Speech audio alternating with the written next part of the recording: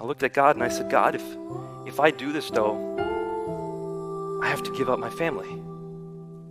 Matthew chapter 10's next verses, you want to know what they are? He who loves father or mother more than me is not worthy of me. As I read that, I said, God, it's not just my parents though. It's my whole life. What the next verses say? He who's not willing to pick up his cross and follow me is not worthy of me. Yeah, God knows the cost that Muslims have to pay today, the cost that you might have to pay if you're listening to this is not a new cost. It's the cost the disciples had to pay from the very beginning. It's the cost we all must be ready to pay if we're going to follow Jesus.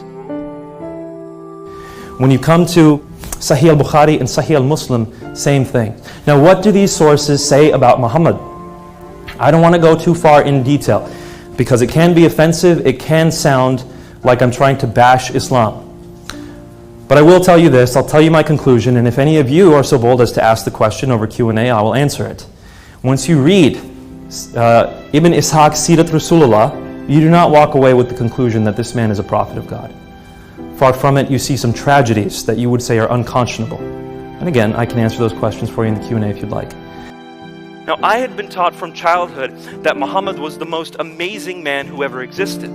I had been taught that Muhammad was a great statesman, a great diplomat, a great general, a great leader. I'd been taught that he was a great husband and a defender of women's rights and a defender of the downtrodden. That's how Muslims see Muhammad. And so when you see Muslims revering Muhammad, that's the man they're revering. This legendary great man. But when I studied the historical evidence, not only was it late and not really reliable, but when I actually looked at what it said, that Muhammad in the pages of history was very different from the Muhammad in the hearts of Muslims.